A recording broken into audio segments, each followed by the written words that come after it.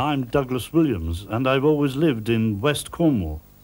From here, on high, flat-topped Trencrom Hill, capped by an ancient fortress, is a seagull's eye view of our peninsula. On one side, Mounts Bay and St Michael's glorious mount. On the other, St Ives Bay and Hale. In my work as a journalist, and with my interest in the history and traditions of this land, I've come to know and love the individual beaches and coves, the gardens and moorlands, the villages, and the peaceful Cornish lanes. The sea is master. It is all around us. And the beauty of this tip of England has been enriched and strengthened by these sweeping Atlantic waters, with their ever-changing moods and vibrant colours. Little wonder that our visitors feel they are in a different country, Cornwall's island kingdom. Penzance, the Cornish name means holy headland, grew from a small fishing village. Today it is the centre of our district, a delightful market town. A magnificent promenade overlooks Mounts Bay, and there is a busy working harbour. Yet it retains an old world style, with its many charming locally owned shops and tucked away treasures. There are echoes of pirates and smugglers in Chapel Street, which winds its way from the quayside to the town centre, as it has done for centuries.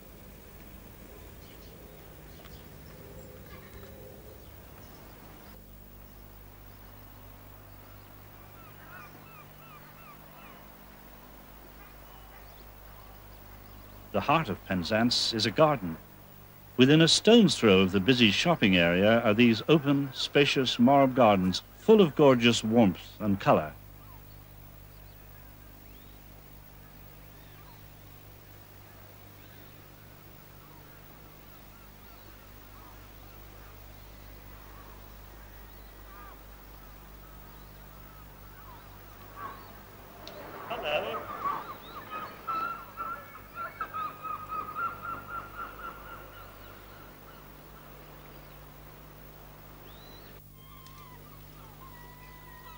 Old men remember when you could walk across the ancient Mousehole harbour along the rows of fishing boats that crowded in.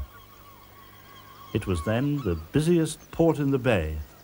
Today it is a very popular holiday village, full of character and tradition.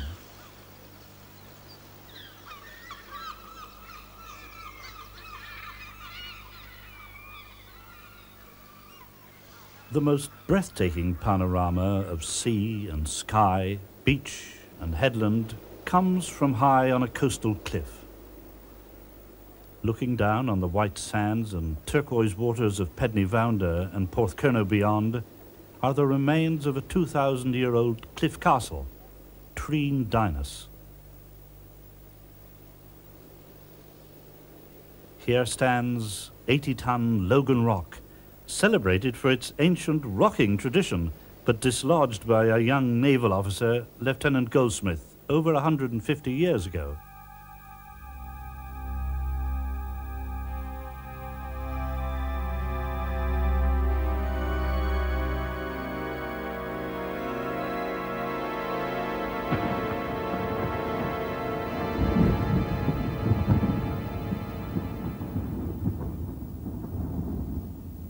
A public outcry forced him to replace the stone, at his own expense.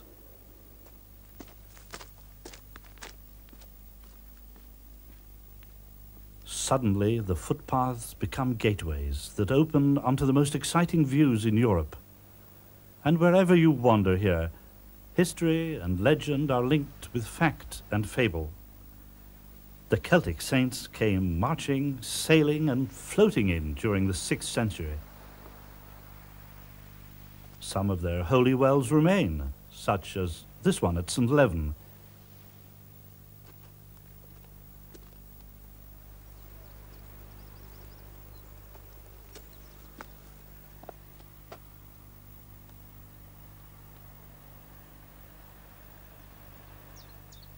Outside the little church is a huge granite boulder, broken in two by the saint's staff.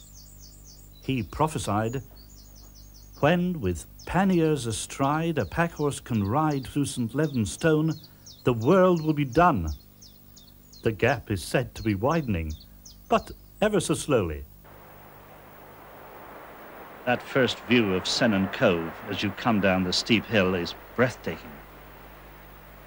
There are the golden sands and magnificent sailing, canoeing and surfing seas in this green cliffside setting.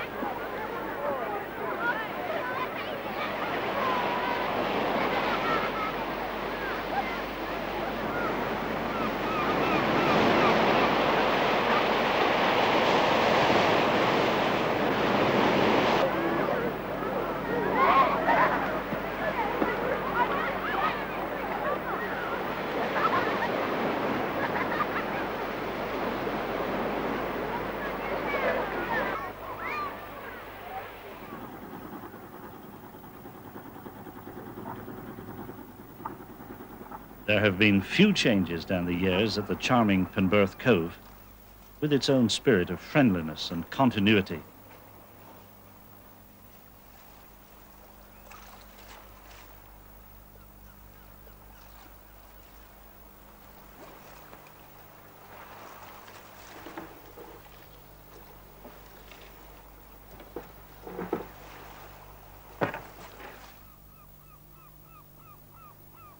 The local fishermen still work from the granite slipway for the fish and the lobsters in Mounts Bay.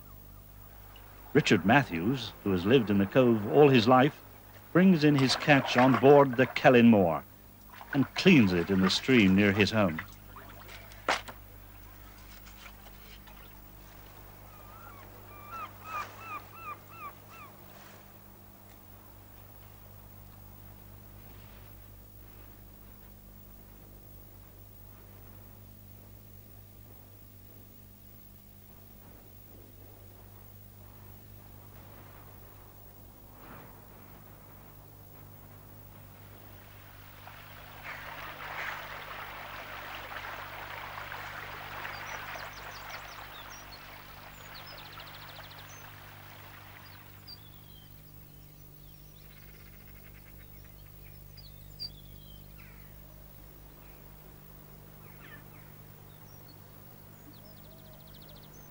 The narrow lanes are an adventure.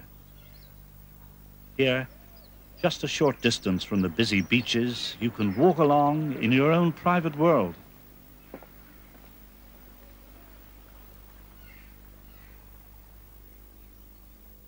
There's always something new to discover as you walk around each secret corner, some in bright sunlight and others in mysterious shadow.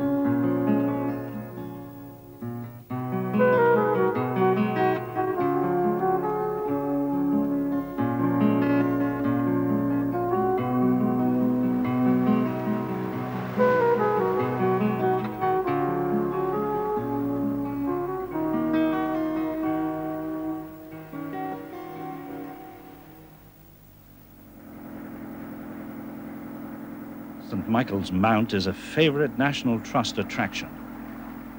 About 150,000 people visit the castle each year. You can stroll there along a cobbled causeway from Marazion. But at high tide, the mount becomes an island, and the boatmen provide the pleasure of a sea trip. Harbour Master Frank O'Donnell ferried me there on a lovely summer morning.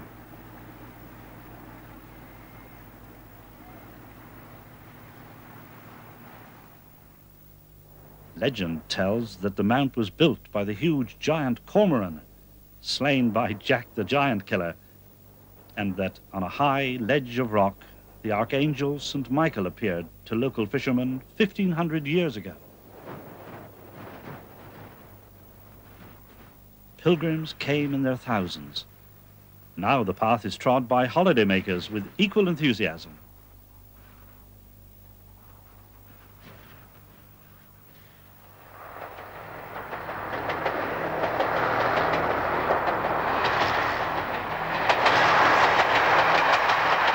If you want the most memorable first view of St Ives, then travel by train along the coast from St Erth or Lelant, and be bewitched by the panorama of this wonderful bay.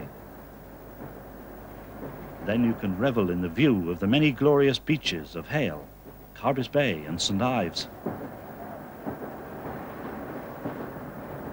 There's even one in the centre of St Ives Harbour.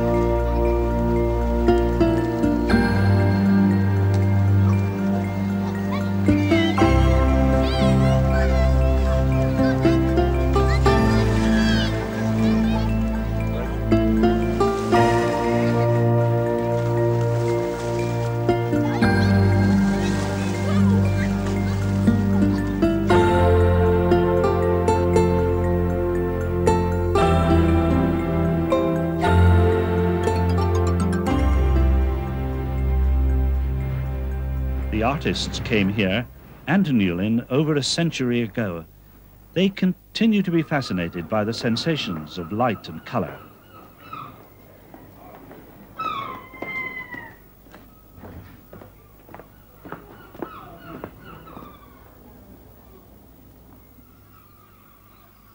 This museum garden at St Ives is filled with the works of sculptor Dame Barbara Hepworth, who sought her inspiration from the shapes and forms of the Cornish landscape.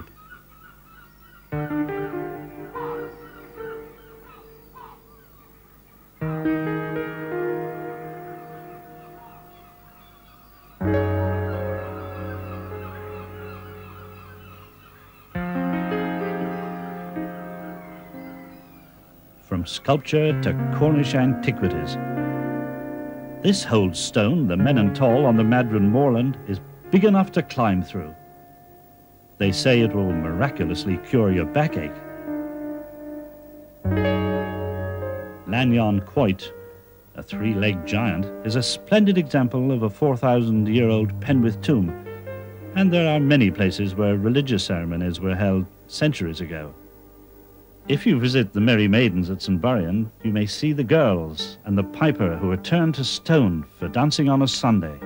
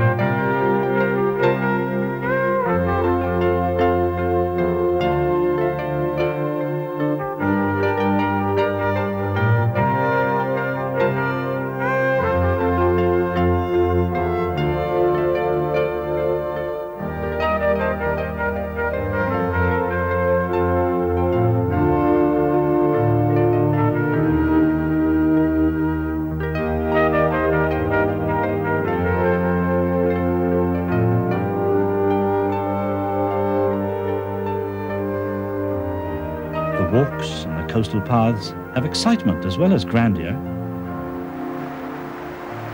Every day is new with a dramatic range of colours and moods. Whatever the time of year, there's something fresh to see.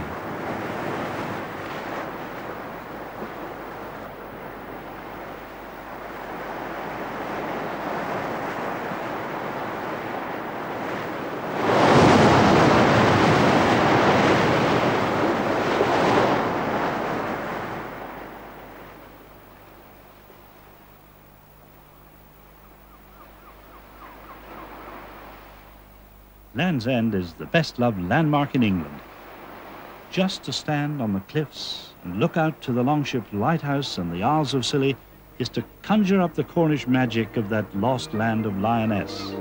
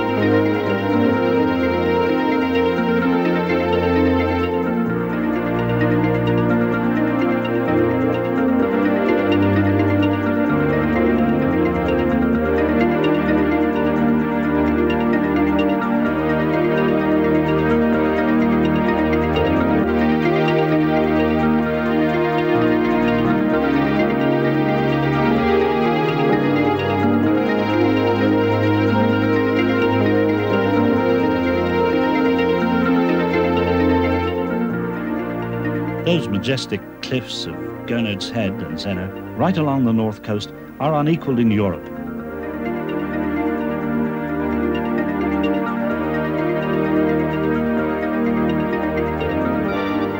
Cape Cornwall, with its tall mine stack standing guard over the western approaches, has recently been presented to the National Trust.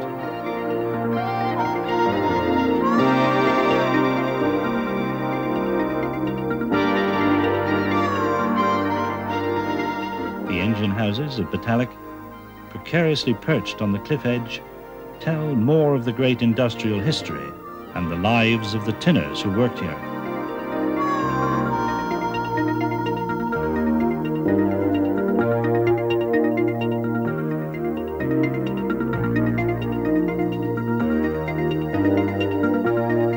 Our open-air Minack Theatre by the sea at Porthcurno was created from a garden over 50 years ago. It attracts eager audiences each week to the summer night performances of plays and musicals.